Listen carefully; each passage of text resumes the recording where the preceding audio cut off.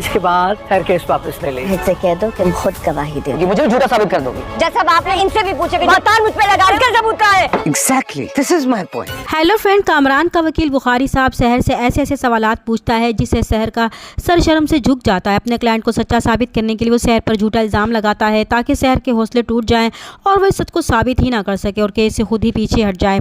लेकिन शहर बुखारी साहब के इन ओछे हथकंडों से अच्छी तरह वाकिफ़ हो चुकी है, इसलिए वो पूरी तरह से डट कर बुखारी साहब का मुकाबला करने के लिए तैयार हो चुकी है। अगली पेशी पर अब शहर का सामना कामरान हैदर से होगा।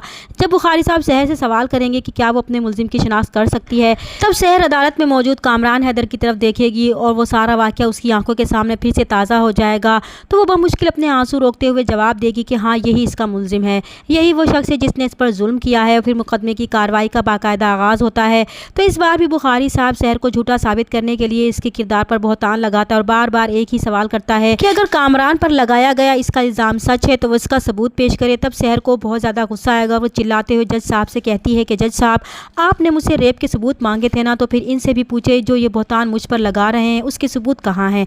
तब जज साहब शहर के चिल्लाने पर उसे चुप कराएगा और कहेगा कि उस अदालत में अपनी आवाज़ नीची रखे, क्योंकि आवाज़ की ताकत से नहीं बल्कि शवाहिद और दलील की ताकत से वो ये केस जीत सकती है। तब कामरान भी जज से कहता है कि बिल्कुल, इसका भी तो यही पॉइंट ऑफ व्यू है कि अगर वो सच बोल रही है तो इसे दलील से वाज़े करे। वो जानता है कि ये झूठी और सरासर इस पर इल्ज़ाम लगा रही है क्योंकि इसके पास कोई सबूत ही नहीं है। अब अदालत अगली पेशी पर शहर के वालिदैन को गवाही के लिए बुलाएगी, जिसमें उसके माँ बाप और भाई को अदालत में पेश होना होगा।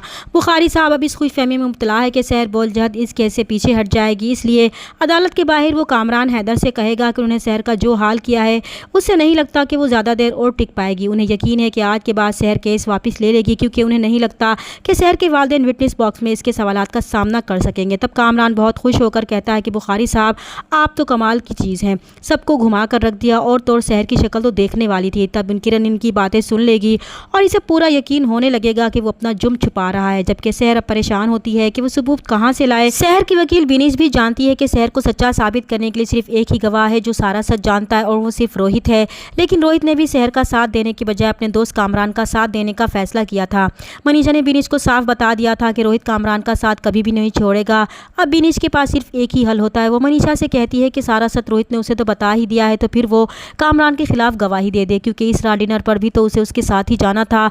तब मनीषा बिनीश से कहती है कि वो एक बार फिर रोहित से बात करने की कोशिश करेगी और उसे गवाही के लिए मनाने की कोशिश करेगी। अगर वो राज़ी ना हुआ तो वो ज़रूर शहर का साथ देगी। फिर मनीषा घर जाकर जब रोहित से बात करेगी कि वो सिर्फ सच का साथ दे ताकि शहर को इंसाफ मिल सके, लेकिन रोहित उसे साफ इनकार कर देता है कि वो ऐसा कुछ भी करने वाला नहीं है। तब मनीषा उसे कहती है कि फिर ठीक है, वो गवाही नहीं दे सकता लेकिन वो तो दे सकती है। तब रोहित हत्थे से ही उखड़ जाता है कि अब वो उसे झूठा साबित करने के लिए उसके खिलाफ ही गवाही देगी। तब मनीषा भी साफ कह देती है कि झूठ तो उसी वक्त ही जाहिर हो जाता है जब बोला जाता है, तभी तो वो उसे सच का साथ देने का मौका देना चाहती है।